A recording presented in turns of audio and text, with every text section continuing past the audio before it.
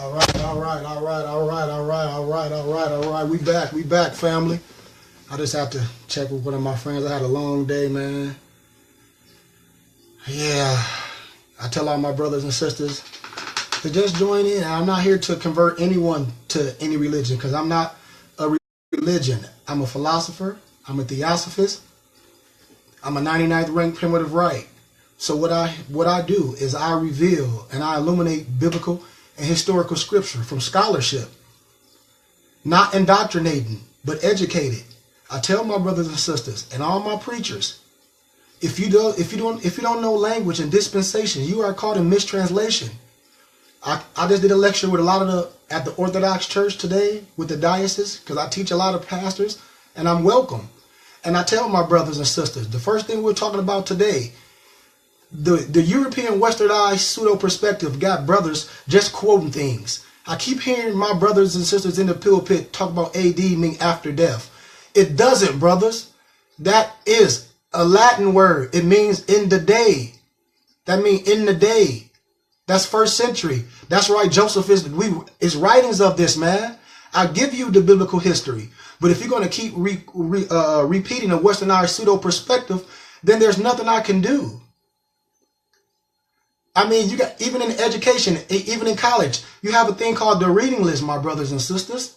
I have all the Mark Twain books. I just did a lecture at the Boys and Girls Club here, and I asked how many students, how many of them knew about Mark Twain. A lot of them did, but when I brought all the Mark Twain collections of his books, and I revealed that he was a political writer, and he wrote about King Leopold in the Congo when he was cutting all the African hands off, when he was taking the rubber, no one knew about this. I say, well, my brothers and sisters, it's a thing called Westo-European perspective, and it's a thing called the reading list. And when you're educated, you know this. But when you're indoctrinated, when you're trained, you don't know this. You only train systematically. You're trained to respond a certain way.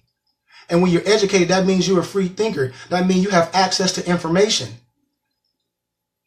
And I tell my brothers and sisters, I'm a 99th primitive right, and I'm part of the Philosophical Society.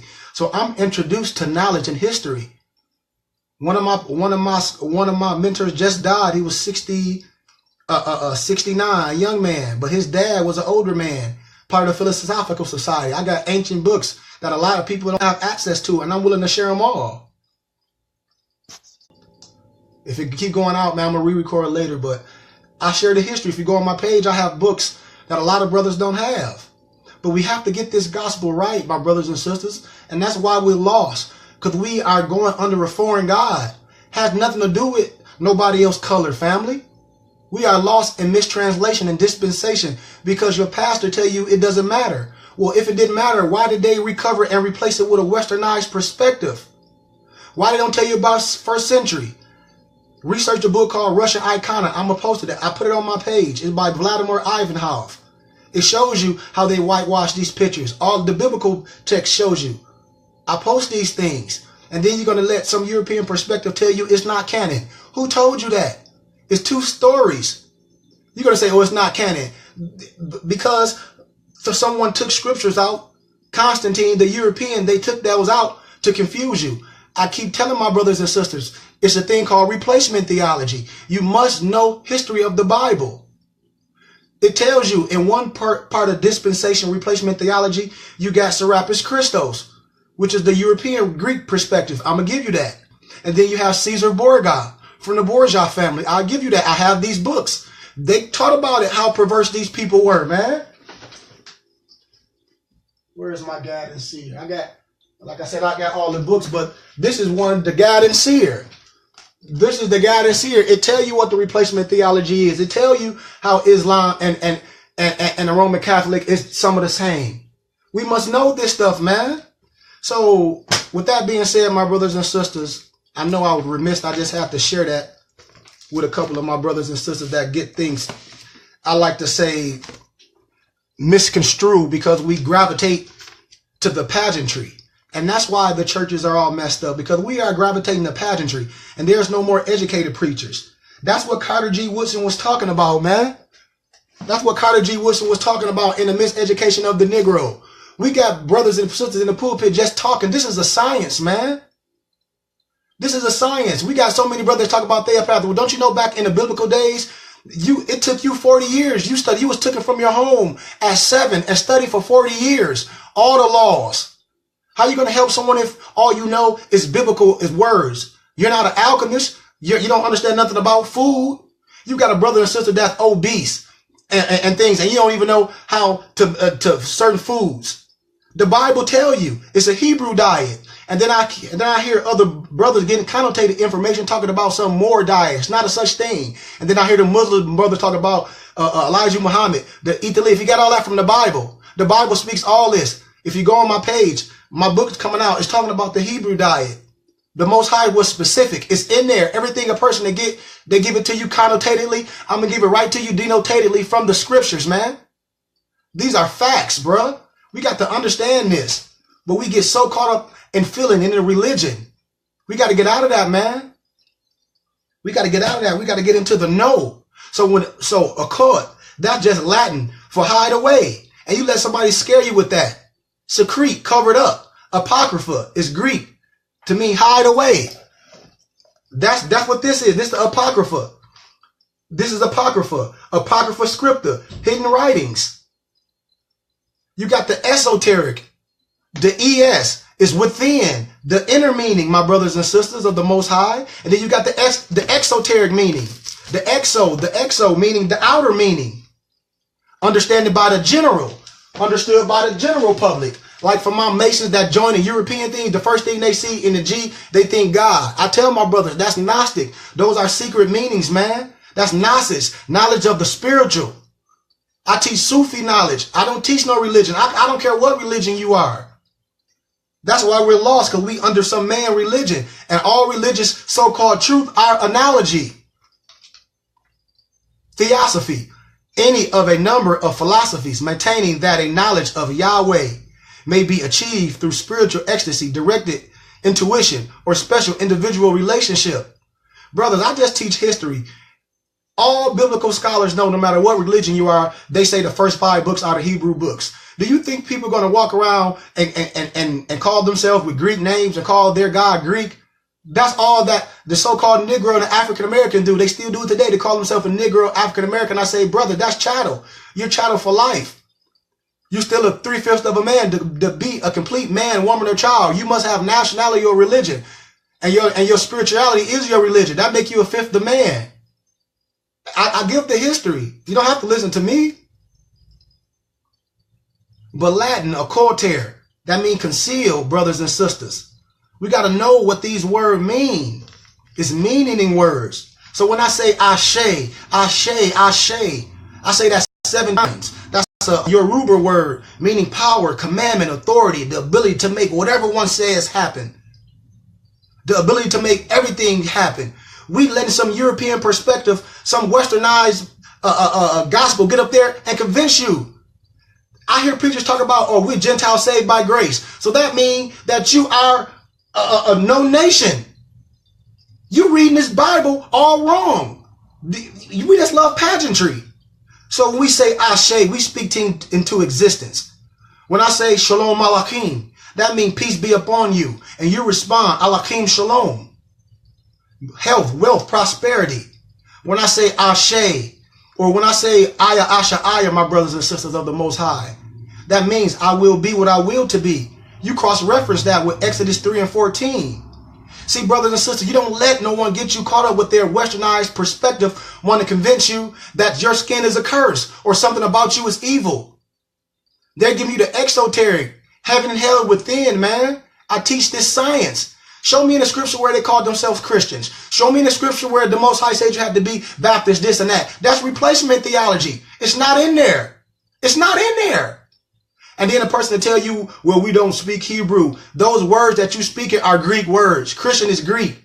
Jesus is Isus. Come on, man. And then you hear people say it don't matter. And then it says praise his holy name. You don't even know his holy name. That's sad. So when a person tell you 1 Timothy chapter 6, verse 10, when it says the money is the root of all evil, B to the S. It's the agent. The agent, if you are a good steward, when you're a good steward. So you attack that crazy scripture. And I'm finna read this because I want my brothers and sisters to hear this scripture. And you write this down because I don't know what people so-called church people what they're reading, or are they even reading? I doubt it. Look at your Sunday school books and see who wrote them. That's the Roman Catholic. All replacement.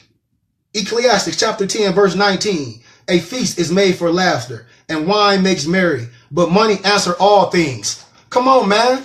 Don't let nobody get you with those lies, man. They're closing the book on you.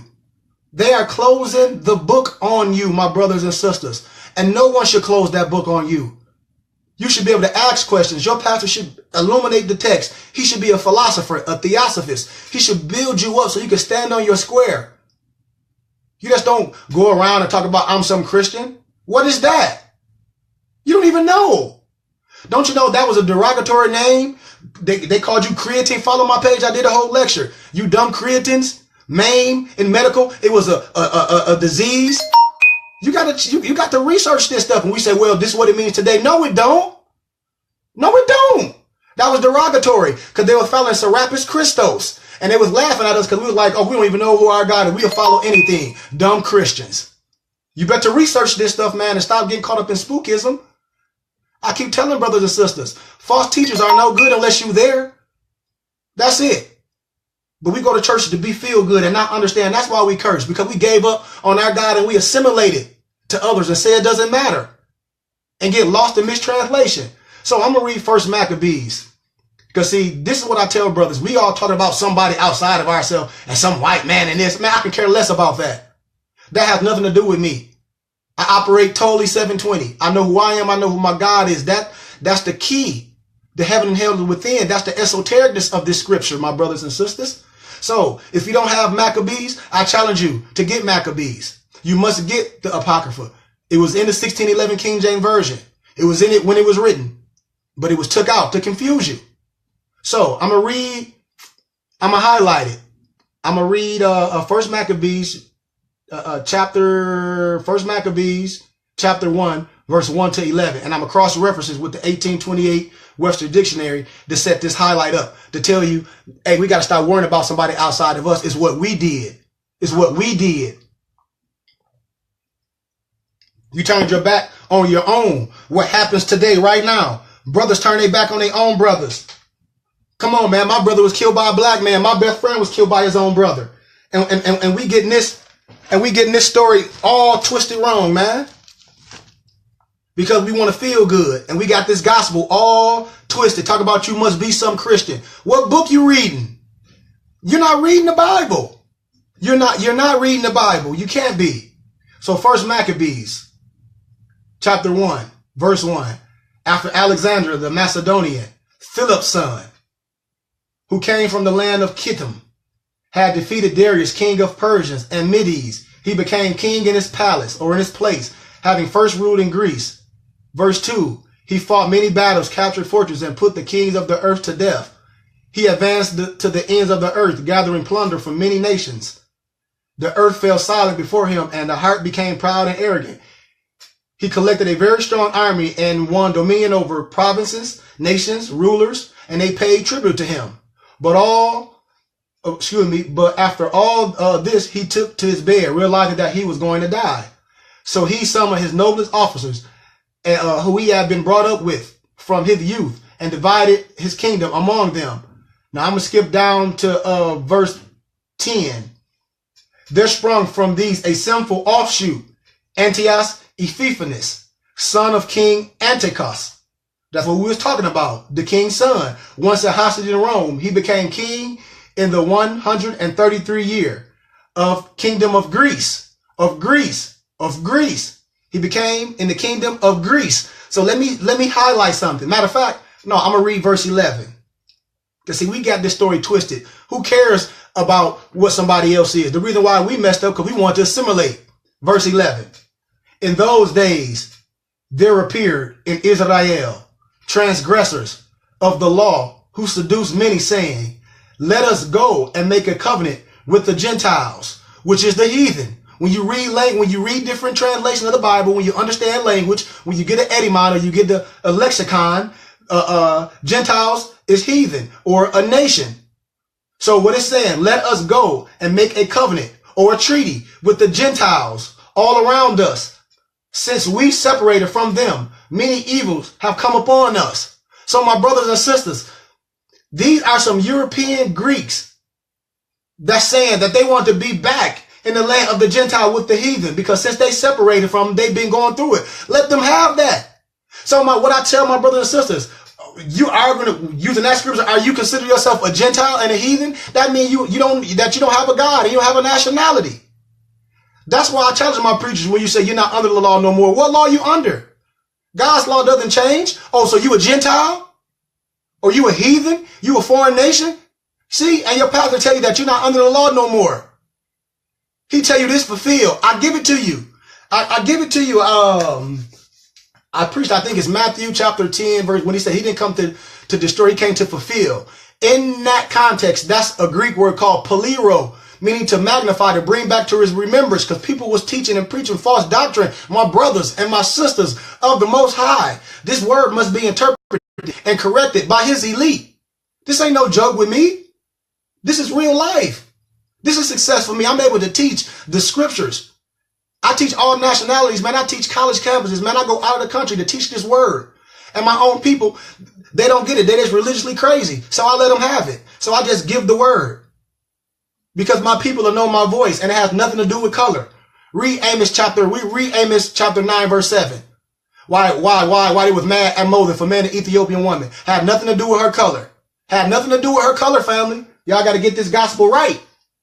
But in those days there appeared in Israel transgressors of the law, who seduced many, saying, let us go and make a covenant with the Gentiles all around us, since we separated from them. Many evils has come upon us. So who said, let them go back and make a covenant with the Gentile? The Greek kings. And then we're going to argue, talk about some European stuff. Let them have that. They the one said they grew up in a cave with dinosaurs. You got to understand the duality of words. You got to understand what conquer mean. When the Moors conquered Europe first, they brought it up. They educated them. Come on, man. We got to understand history. So here's the 1828 dictionary. 1828 dictionary. When I say there was two types of war, you think the Most High is going to be that selfish where he only create the so-called Moorish man? He created the black bear and the polar bear on two different continents, man. You got Egypt or Kebalan, Africa, whatever you want to call it, and you got Europe. Come on, man. We got this story twisted. And then you got the European westernized pseudo perspective, got you twisted thinking these are all different people. Got you thinking the Nubians, got you thinking the Egyptians, got you thinking the Hebrews, the Hyksos, got you thinking all these people different. Got you thinking the Indians all different. I give you the story in the Mormon story. I lecture at the Mormon church. The whole Mormon Bible is talking about the lost 10 tribes. I gave you the history where he got all that information from, where Joseph Smith got all the information from. Where in my book? I got it somewhere, but I don't want to stop my lecture. But I got it. All the information where Joseph Smith got all this information from to write the Book of the Mormon. I have to find it in there. It's in there somewhere. Where is it at? I just hate to talk about things, but anyway, it's talked about. So let me give you this about this Hellenistic Jew stuff, where you got to get things straight about the Greek. See, the history books don't lie. The history books don't lie. There's no Cursor-Ham. In the Bible, it's called Eber and Heber. And your preacher will read right over it. He won't explain to you. Eber and Heber, it tell you specifically who they are. It's a language.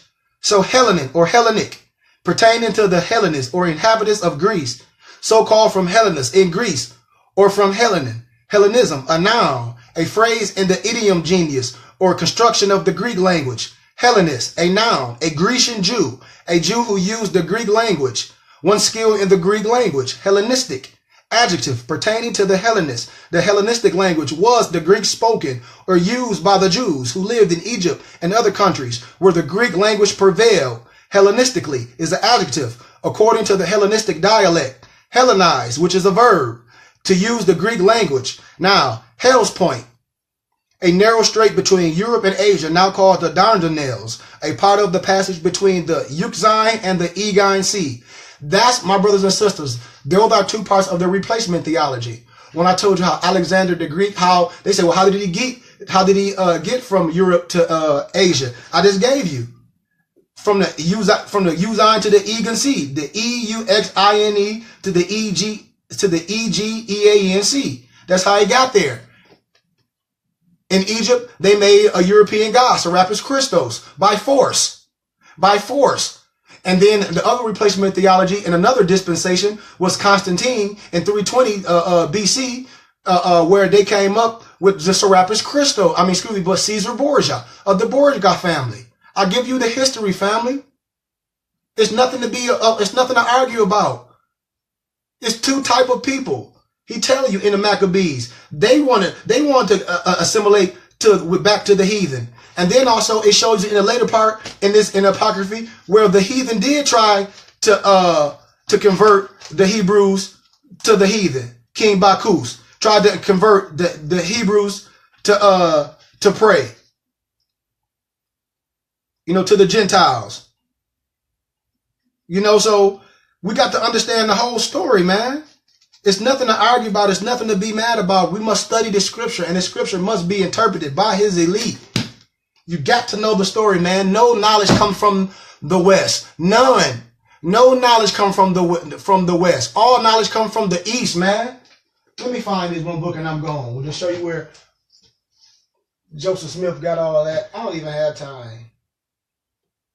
It'll be another lecture, man. I don't have time to be going through all these books right now. I got so much stuff everywhere. Where'd it go? I can't even see straight. But oh well. Let me see. Where is? Oh, Shamike. Do I got it down here? I got so many books everywhere I like to have. But anyway, I'll find it later. But like I said, my brothers and sisters, we must know, man. We must get into scholarship of this biblical text. Man, I don't like when I can't find books, man. Give me one more second. I want to show this to my people, see if I can find it. I do not like doing that when I speak about something and then I can't find it. I don't like doing that. I like to give you the information so you can find it for yourself. Not my Nubian. Where? I wonder if my dad got it in his office. Man. Oh well. Man, where is that book? And then watch, as soon as I cut it off, I'm gonna find it.